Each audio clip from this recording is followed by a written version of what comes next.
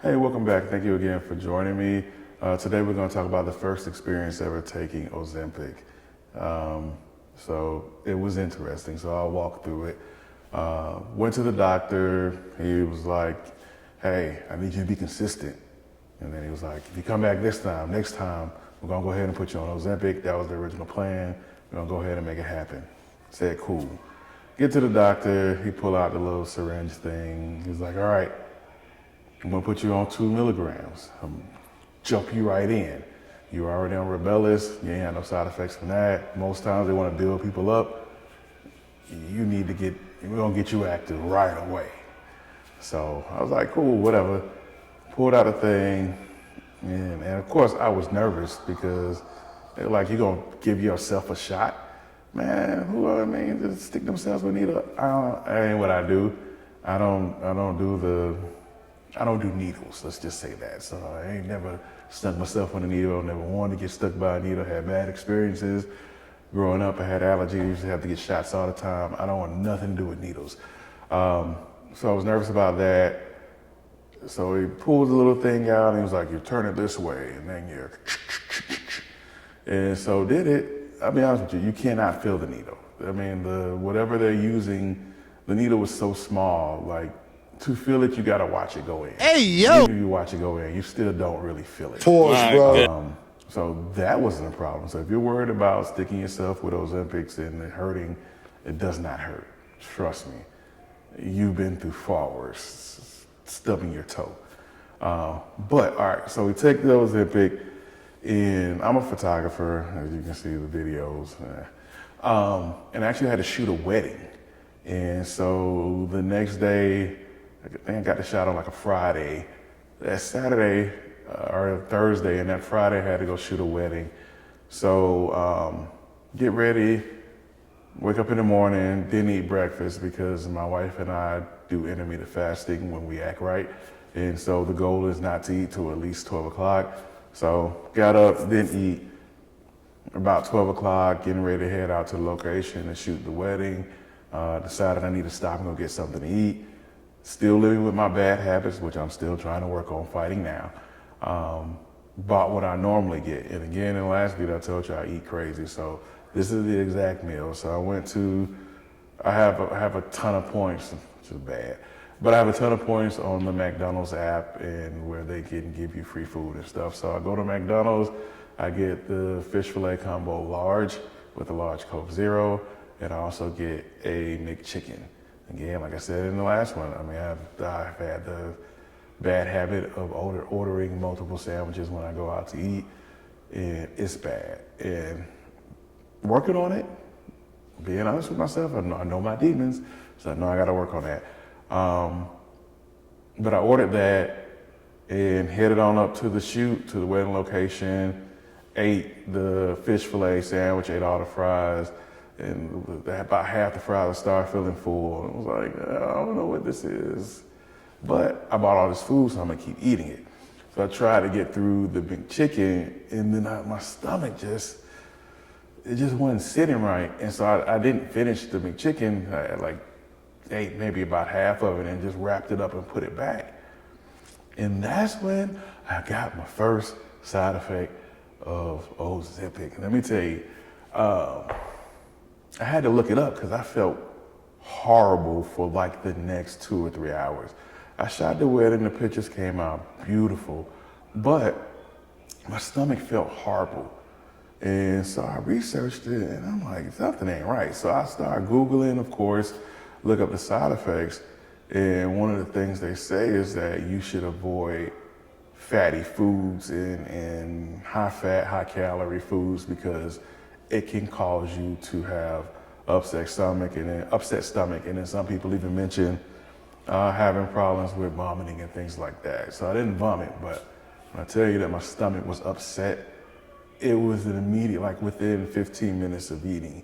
And so what I've noticed now is that, and this is my first time experience, and I think the next day, was it the next day or maybe that night, maybe the next day, we normally have Friday nights, or at least once a week, we make pizza with the kids here, and we don't order pizza, we make it ourselves. I make them, buy more premium ingredients, better cheese, all that stuff, and we just have fun. Let the kids make their own pizza and do that.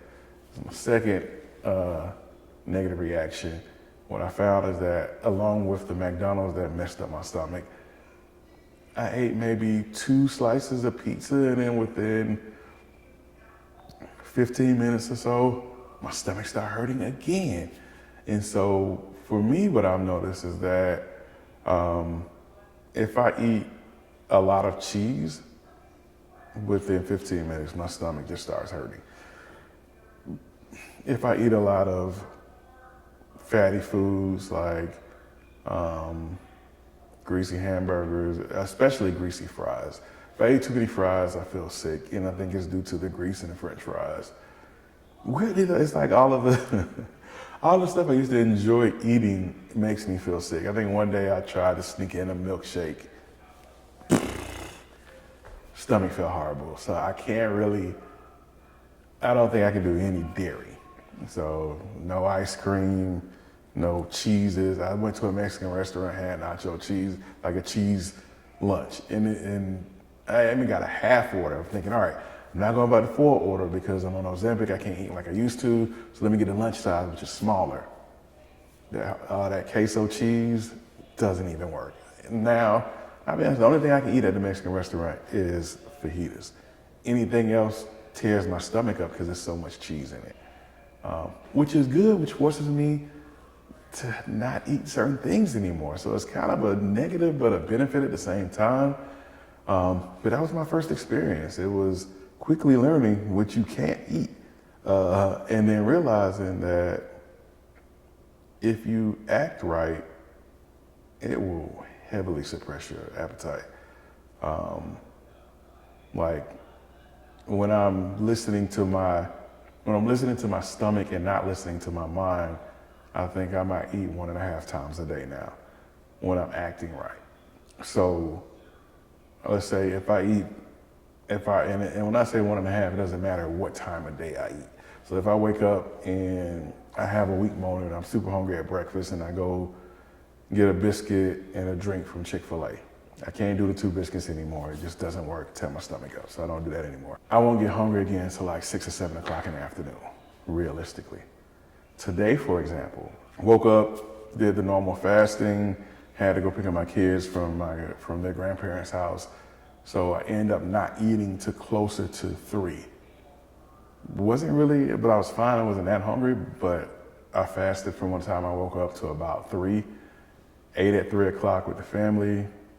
It is late night while I'm recording this. I think after that meal, I may have had 2 apple slices from what I made for the kids, and that's all I ate for today. And again, what we ate that one time, I gotta do better on eating clean, but it was essentially 1 meal for the whole day. So that's kind of what I've been tracking. Now, what I will tell you, and I'll be completely honest with you, if you participate in any activities that will make you hungry, like anything that normally stimulates appetites, it's gonna combat the GLP-1, hands down. So, like if I go out with my homeboys, and I've cut back my drinking a lot, but even now, I kind of make sure I don't drink too much, because as you know, if you go out and hang out and you have 5 or 6 drinks, alcohol will make you hungry. It will, because you're putting all that sugar in your stomach. The sugar mixed with the enzymes, and you're gonna get hungry. And that will override what you feel from the GLP-1 working to suppress your appetite. Because the difference between the GLP-1 and the lap band is that it suppresses your appetite and makes you digest food slowly, but it doesn't change the capacity of your stomach. If you are like drinking, or let's say if you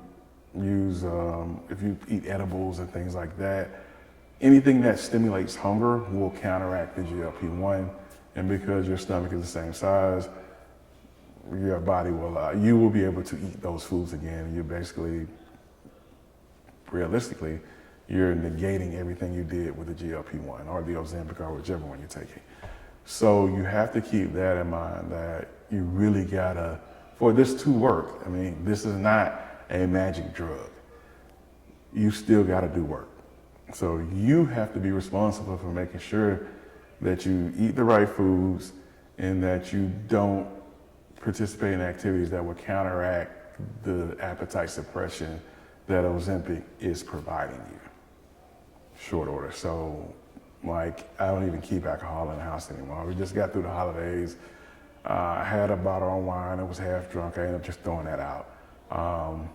I used to like to have kind of it was weirdly enough, I used to waste a ton of alcohol anyway, because I wouldn't make me a nightcap until it was late, but I ended up only drinking half of it. Now, even before this, but I don't even buy alcohol anymore because I know I'm gonna waste it.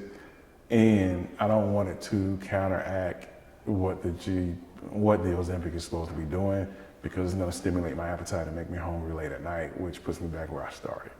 And we're attempting to change habits because Ozempic isn't a magic drug. It just helps you with suppressing your appetite, but you yourself have to change your mind to change your body. That's the slogan, change your mind to change your body.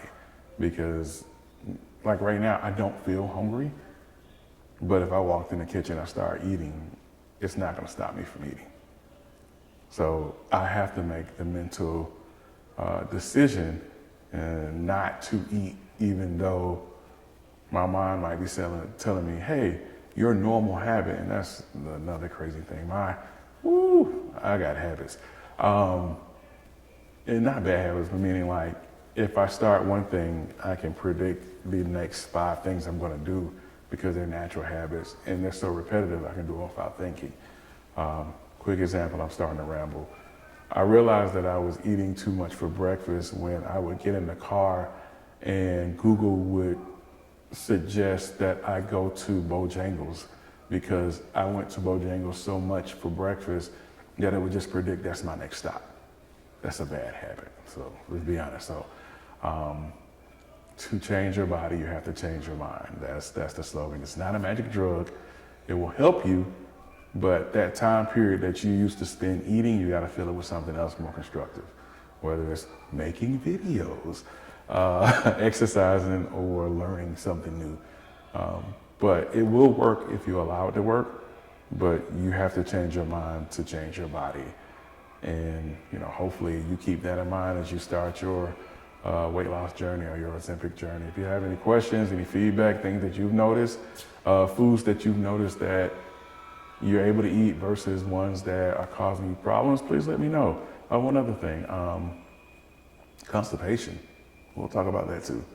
But one of the side effects that came on quick was just couldn't have bowel movements. It got really constipated because I wasn't eating the right foods coupled with an appetite suppressant like GLP-1,